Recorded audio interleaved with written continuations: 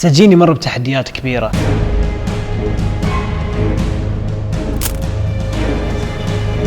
لو رجع في كل وقت أنا في أحد عنده شغل؟ لا دربوا الناس اللي يسوون. حكمت 21 سنة. فترة سعيدة. أبد ليلي أنا السهران، حبنا ينتهي بلحظان، حبنا ينتهي بلحظان. حياك، لو سمحت حياك معي تفضل. بس أنا قال لي إفراج. تفرج من السجن، لكن باقي عليك حكم حق العقوبة البديلة. حياك.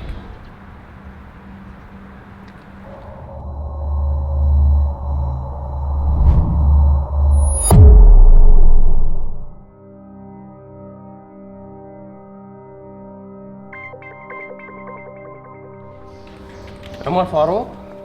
نعم. عليك عقوبة بديلة، العمل في خدمة المجتمع. يعني أنا ما طلعت؟ طلعت. هاي عقوبة بديلة، بدل الحبس بتكون عمل في خدمة المجتمع بدون راتب الفترة الباقية من الحكم الأصلي. عقوبة البديلة انك تقضي فترة عقوبتك لكن برا السجن، تتبدل بعقوبة مختلفة، والقرار ما يكون الا بحكم من المحكمة. له شروطه، اهمها ان المحكوم يقضي نصف فترة عقوبته في السجن، او في حالة اذا كان اقل من سنة يمكن استبدالها بالعقوبة البديلة من البداية. تروح المركز الصحي يعطيك التعليمات، في حال عدم اتباعك للشروط والتعليمات طبعا ترجع للعقوبة الأصلية. سجن. اي نعم. بتقول لي ما يكفي صح؟ اتفق وياك، عشان كذي في شروط اهم، وهي ان المحكوم يكون عنده حسن سيرة وسلوك اثناء وجوده في السجن، وما يكون عليه اي غرامات مالية، ولا يكون وجوده خارج السجن يسبب اي خطر على المجتمع باي طريقة.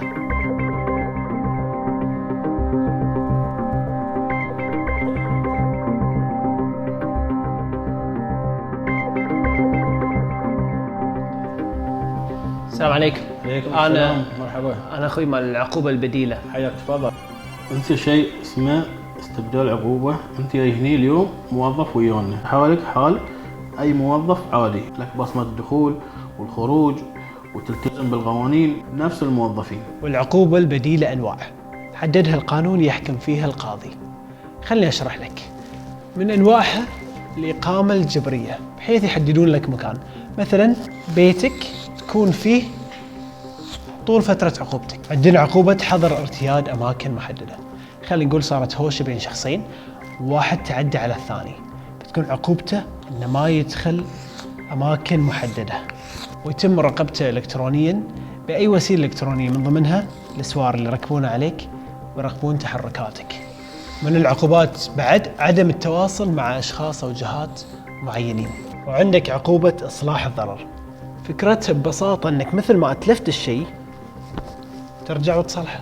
من العقوبات اللي وايد حبيتها إلزامك تحضر برامج إصلاح وتأهيل، يعني تخيل عقوبتك إنه يساعدونك تبتعد عن الخطأ اللي ارتكبته. والأخيرة اللي أعطوني إياها هي العمل في خدمة المجتمع. بتقول لي شلون؟ وين؟ شنو بالضبط؟ بروحي ما أعرف، نروح نشوف. بس شنو بسوي؟ ادل الصيدلية بس روح لهم ينتظرونك.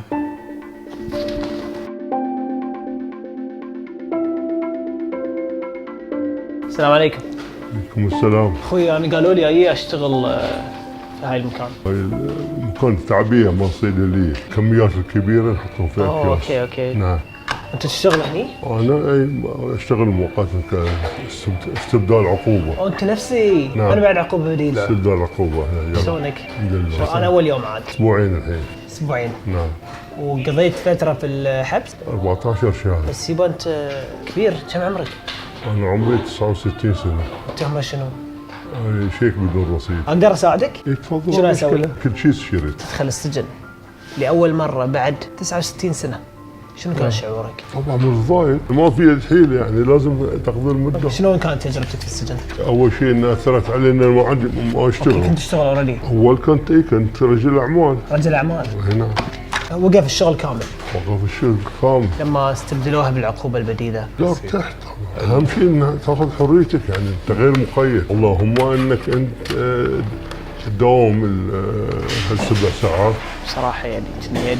زين أنت تاخذ أدوية؟ سكري وكوليسترول. سلامات. تشيس تحطها وتشيس تاكل.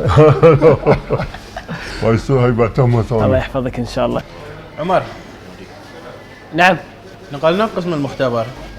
يلا خليك هذا يا عمي، توفيق ان شاء الله. من خلال تجربتي في السجن ومخالطة السجناء هناك، كان في ناس غير اللي صورناهم لكم، هذه اللي يكبرون على جرايمهم، تحسهم مو واعيين بخطورة اللي يسوونه. بكل أمانة أعتقد يحتاجون وقت ووعي أكثر. في الجهة الثانية في مساجين لما تسولف معاهم وتعرفهم تقول خلاص هاي خذ درسه. مهم إنه ينعطى فرصة ثانية. السلام عليكم. عليكم السلام. أخبارك؟ هلا اخوي حياك. تكون معاي؟ اي نعم. كثر صار لك هني؟ 10 ايام تبدا العقوبه. بعد انت استبدال عقوبه ما دخلت السجن. لا. عقوبه سيده بدال السجن 10 ايام اللي هو العقوبه البديله. اي نعم. كونترات بياخذون الدم على الزباين، هذه عينات. هاي كل اليوم ها؟ اي كل يوم اليوم. اي يبي نعم. تاخذهم؟ ناخذهم ونوديهم حق الممرضه نسلم. بالنسبه حق العقوبه هذه بتجينا في كوارتين بقط. كيف مره دخلت السجن من قبل؟ لا ما قد دخل. ما قد. لا الحمد لله. عمرك كم؟ عمري الحين مواليد 56. اذا انت قالوا لك 10 ايام بتدخل السجن، شنو بتخسر؟ بخسر الشواي، بخسر وقتي، بخسر قعدتي مع عائلتي، بخسر ارتباطاتي. فكره انك بتروح السجن بعيد وايد صعبة، يعني لما يكون واحد ناقص في العائلة بالذات رب الأسرة وايد صعبة. اوه صح. الحين ده الحمد لله يعني أنا الصبح أشتغل والعصر أزول أشياء. بدل ما يحكمون عليك سجن اعطوك عقوبه بديله. شيء إيجابي فيه يعني تكسب لك شغلة ما تعرف. عرفت مجال إي مجال المختبر. مختبر أنا ما عندي خبرة فيه. عمر، نعم. عندنا ضغط في قسم التمريض يحتاجونك. عندنا شوي ضغوطات، عندنا طوارئ، تحيات أماكن نساعدها في ترتيب الأسرة، بس أحتاجك إنك تنظف لنا السرير. ما اعرف. إنزين بعلمك على خطوة واحدة، مثلا البتشيت ما بينهم فاصل تغيرها، تسحبها وتقصها، الغرف 1 2 و3. انا قلت في يعني خلوني ممرض بس طلع الوضع انه يعني لازم في الأسود، الأصفر حق اللي فيهم دم. اوكي. الاصفر يعني حق الاشياء اللي فيها دم.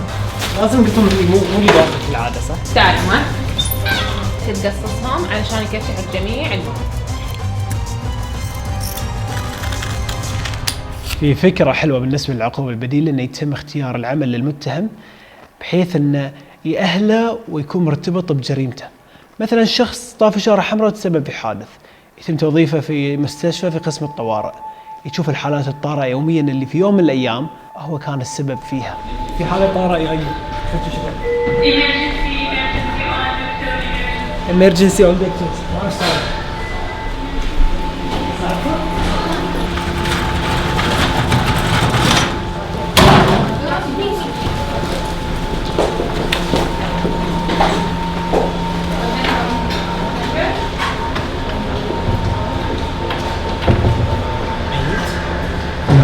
كأنه ميت في وسط التمريض.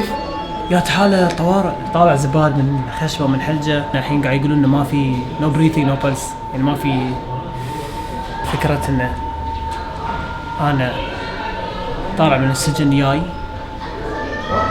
واشوف اشياء مواقف كذي يوميا وايد بتأثر صراحة.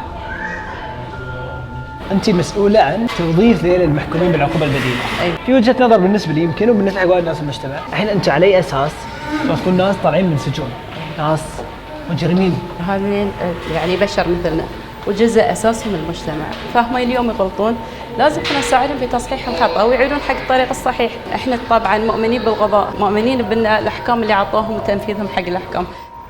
تجربتي غريبة، تساؤل كان في بالي.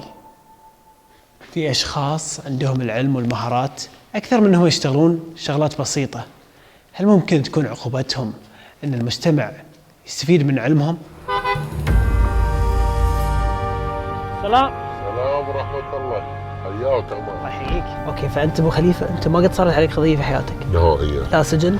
لا سجن، لا هوشة، لا في مرور، لا شيء. سجن ولا شيء. نظيف نهائيا، ما عندي ولا شيء. ابتدي لك من البداية. يلا. في عام 2018 ترتب علي انها تصيبني قضية، كانت هي القضية الأولى. صارت السالفة لما جيت؟ صارتني هذه الغلطة اللي غلطت في حياتي، ترتبت عليها هذه القضية. في هذا المكان كنا متجمعين ويا الشباب في نفس المكان، تم ضبطنا من قبل قوات الأمن احنا قاعدين داهمونا بطوا علينا كلنا وخذونا. هني ما كنا نتوقع تبعيات الموضوع اللي احنا فيه. طبعا صادني خوف ان انا ممكن اخسر مستقبلي الوظيفي كامل. انا عندي شهادات عليا، بكالوريوس، دبلومة 2، عندي شهادات تخصصية ازيد من 16 شهادة. شفت ان الموضوع ما يخصني بس انا، حياتي، مستقبلي، اهلي، ابوي طاح مريض يوم درى عن الموضوع. انا بالنسبة لي العقوبة البديلة انقذت حياتي. انقذت حياتي يعني لولا استبدال العقوبة كان أنا خسرت شغلي. فهو يترتب علي إن أنا لو خسران شغلي ممكن أخسر بعدها بيتي، ممكن حتى يصير تفكك أسري، إن حتى بنتي وزوجتي ينفصلون عني. فضل من الله تم قبول الطلب. قالوا لي في البداية بتندرج في برنامج اسمه تمام، عبارة عن محاضرات 5 أيام في الأسبوع، وبتكون محاضرات فيها عملية وعلمية. تعلمت من ضمن المهارات اللي هي الخطاب، الارتجال، أسبوع في الدفاع المدني، أسبوع دورة إسعافات أولية، لدرجة إن حتى عقب ما خلصت أنا قدمت على حق المدربين. من دورات تأهيلية صرت أنت تقدم الدورات. هني أنا أشوف الإنجاز مو في أخذ العلم لذاتك كشخص واحد، الإنجاز إنك أنت تبتدي تشارك الناس العلم وتقدر تفيدهم ويتعلمون منك. الحمد لله. رجع فيك الوقت شو تقول؟ لو رجع في الوقت مستحيل ما يسوى، نهائيا ما يسوى. خليفة يقول ما يسوى. صح نبشر ونغلط، بس بعض الأغلاط لو فكرنا فيها نعرف أنها ما تسوى. في نهاية يومي مع العقوبة البديلة، بعد ما لقيت ناس يأدونها من مختلف الأعمار والخبرات، عشت معاهم، عرفت قصصهم، وعرفت أثر العقوبة البديلة على حياتهم. هني فجأة يعني اتصال من النيابة العامة تم استدعائي. أنا قاعد أطلع على تقاريرك الخاصة بتنفيذك للعقوبة البديلة، والحمد لله تشير أن أنت نفذتها بشكل جيد وأنهيت تنفيذ العقوبة اليوم. يا عمر، كل إنسان فينا معرض لارتكاب الأخطاء، وأتمنى أنك أنت تعلمت من هذه الفرصة، وكذلك الاستفادة تنعكس على أسرتك وعلى المجتمع. لما خبرني أن انتهت عقوبتي تذكرت كل ويمر علي في السجن.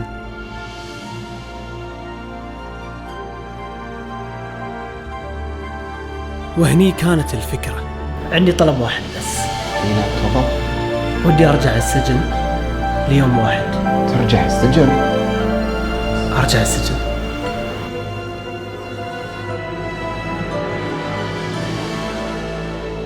واجب علي تراثي لي تراث ديرتي. لو ما توقعت. انت في هالمكان تنقطع عن العالم الخارجي. واو شكرا. حتى في السجن ابتسامة؟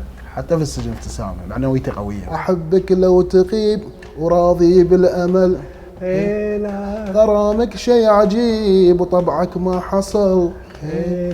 أحبك لو تغيب وراضي بالأمل،